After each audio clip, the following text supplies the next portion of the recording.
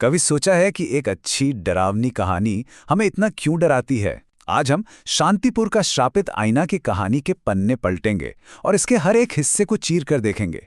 जानेंगे कि कैसे डर, रहस्य और तनाव की परतें बुनी जाती हैं जो हमें आखिर तक अपनी गिरफ्त में रखती हैं। चलिए इस कहानी के रहस्य से पर्दा उठाते हैं। कहानी की पहली चेतावनी एक बहुत ही साधारण सी बातचीत में छुपी है। यहाँ जो रहते हैं वो खुद ही इस गांव से जाना चाहते हैं। ये सिर्फ एक लाइन नहीं है, ये कहानी का पहला अशुभ संकेत है। ये वो बेचैनी का पहला बीज है जो हमारे मन में बो दिया जाता है और हमें ये एहसास दिलाता है कि ये कोई आम गांव नहीं है। तो कहानी का मंच तैयार है, 3 दोस्त और एक डॉक्यूमेंट्री बनाने का जुनून। अब देखिए, ये सेटअप हॉरर में इतना असरदार इसीलिए है क्योंकि ये तुरंत अंदर और बाहर वालों का एक बंटवारा कर देता है। हमारे किरदार बाहरी लोग हैं, वे यहाँ के नियमों से अनजान हैं और यही चीज़ उन्हें बेहद कमज़ोर और खतरे के सामने खुला छोड़ देती है। हर अच्छी कहानी की तरह यहाँ भी किरदारों के बीच का टकराव ही कहानी को आगे बढ़ाता है। माया वो है जिसे हर कीमत पर कहानी चाहिए, रवि जो ग्रुप को बस सुरक्षित रखना चाहता है, और नेहा जो रहस्य को सुलझाना चाहती है। ये सिर्फ अलग अलग राय नहीं है, ये एक ऐसा अंदरूनी संघर्ष है जो ग्रुप को आगे तो बढ़ाएगा लेकिन उन्हें तोड़ भी सकता है। तो यहाँ 2 ताकतें हैं जो एक दूसरे से टकरा रही हैं। एक तरफ माया की जिज्ञासा है जो एक चुंबक की तरह उन्हें खतरे की ओर खींचती है, और दूसरी तरफ रवि का डर एक ब्रेक की तरह काम करता है जो हमें लगातार याद दिलाता है कि वो तबाही की ओर बढ़ रहे हैं। और यही तनाव, यही खींचतान इस कहानी की धड़कन है। और यहाँ कहानी का दिल सामने आता है, वो श्रापित आईना। ये सिर्फ एक चीज नहीं है, ये कहानी का सेंटर पॉइंट है। गांव के बुजुर्गों की चेतावनी इसे एक साधारण आईने से एक अलौकिक खतरे में बदल देती है। अब सवाल ये नहीं है कि आईने में क्या है, सवाल ये है कि आईना करता क्या है। देखिए, ये चेतावनी कहानी को एक बिल्कुल नए लेवल पर ले जाती है। खतरा अब सिर्फ बाहरी नहीं बल्कि दिमागी है। आईना आपको मारता नहीं, वो आपकी पहचान ही बदल देता है। और ये एक बहुत गहरा डर है, खुद को खो देने का डर। अब दांव पर सिर्फ जान नहीं बल्कि आत्मा है। चलिए अब कहानी के उस मोड़ पर चलते हैं जहां किरदार सारी चेतावनियों को नजरअंदाज करके सीधे खतरे के दिल में कदम रखते हैं। ये कहानी का टर्निंग पॉइंट है। ये एक जबरदस्त सीन है जो तनाव को एकदम चरम पर पहुंचा देता है। सोचिए, एक प्राचीन धूल भरा मंदिर और उसमें एक ऐसा आईना जो बिल्कुल साफ है, जिस पर धूल का एक कण तक नहीं। इसका मतलब साफ है, ये आईना अभी भी एक्टिव है, किसी का इंतजार कर रहा है। और माया अपनी जिज्ञासा के हाथों मजबूर होकर उस जाल में कदम रख ही देती है। और बस ये वो पल है जहां कहानी के सारे नियम टूट जाते हैं।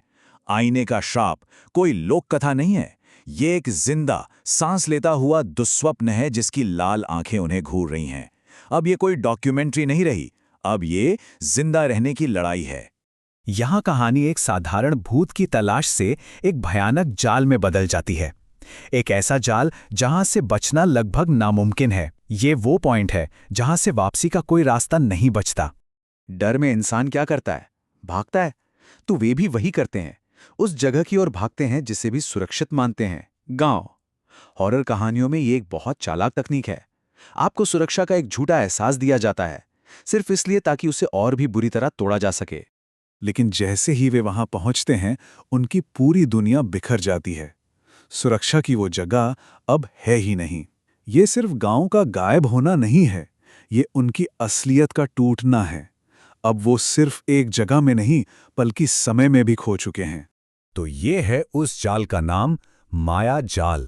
ये कोई डरावनी जगह नहीं, ये एक दिमागी जेल है। आईने ने उन्हें एक ऐसी दुनिया में खींच लिया है जहां सारे नियम उसी के हैं। वे असलियत से कट चुके हैं और इस भ्रम में वे पूरी तरह से अकेले हैं। जब भागने का कोई रास्ता ही ना बचा हो तो सिर्फ एक ही ऑप्शन बचता है ना? यही सवाल उन्हें फंसे रहने की लाचारी से लड़ने के फैसले की ओर ले जाता है। और ये कहानी का सबसे जरूरी मोड़ है। डर के आगे घुटने टेकने के बजाय वे लड़ने का फैसला करते हैं। ये वो पल है जब शिकार शिकारी बनने की ठान लेता है। वे अब भाग नहीं रहे, वो वापस जा रहे हैं उसी श्राप का सामना करने जिसने उनकी दुनिया छीन ली है। तो अब हम कहानी के आखिरी हिस्से में आ गए हैं, जहां हमारे हीरो लड़ाई को वापस उसी आईने तक ले जाते हैं जहां वो शैतानी ताकत मौजूद है। लेकिन मंदिर का रास्ता एक और भयानक मंजर से घिरा है।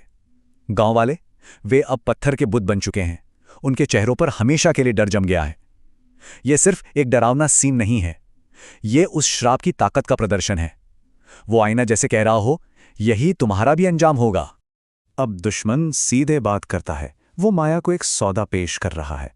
अपनी दुनिया छोड़कर मेरी दुनिया में आ जाओ। ये ताकत की नहीं बल्कि इच्छा शक्ति की लड़ाई है। क्या माया लालच में आएगी या अपने दोस्तों के साथ खड़ी रहेगी? और यही कहानी का असली मैसेज छिपा है। इस तरह के प्राचीन श्राप को ताकत से नहीं तोड़ा जा सकता। माया और रवि की हिम्मत यहां बेकार जाती है। असली हथियार तो नेहा का दिमाग है। वो ज्ञान जो उसने कहानियों और किताबों से बटोरा था, वही इस शैतानी शक्ति को हराने की एकमात्र चाबी है। ये लड़ाई का क्लाइमैक्स है। नेहा के मुंह से निकले वो प्राचीन शब्द हवा में गूंजते हैं और आईने की शक्ति से टकराते हैं, और सदियों पुराना ज्ञान जीत जाता है। वो आईना जो अब तक अजेय लग रहा था, मंत्र की शक्ति के आगे जलने और टूटने लगता है। और इसी के साथ मायाजाल टूट जाता है। आईने के टूटने से न सिर्फ गांव वालों की आत्माएं आजाद होती हैं, बल्कि हमारे तीनों दोस्त भी उस भ्रम से बाहर आ जाते हैं। वो सिर्फ बचे नहीं हैं, वो बदल गए हैं। उन्होंने अपने सबसे बड़े डर का सामना किया और जीत हासिल की। तो शांतिपुर का श्रापित आईना सिर्फ एक भूत की कहानी नहीं है, ये हमारे अंदर के सच, हमारी जिज्ञासा और हमारे डर की कहानी है। और ये कहानी हमें एक बहुत ही बेचैन करने वाले सवाल के साथ छोड़ जाती है। अगर वो श्रापित आईना आपके सामने हो जो आपके अंदर का सच दिखाता हो, तो क्या आप उसमें झांकने की हिम्मत करेंगे? और अगर हां, तो आपको क्या दिखेगा?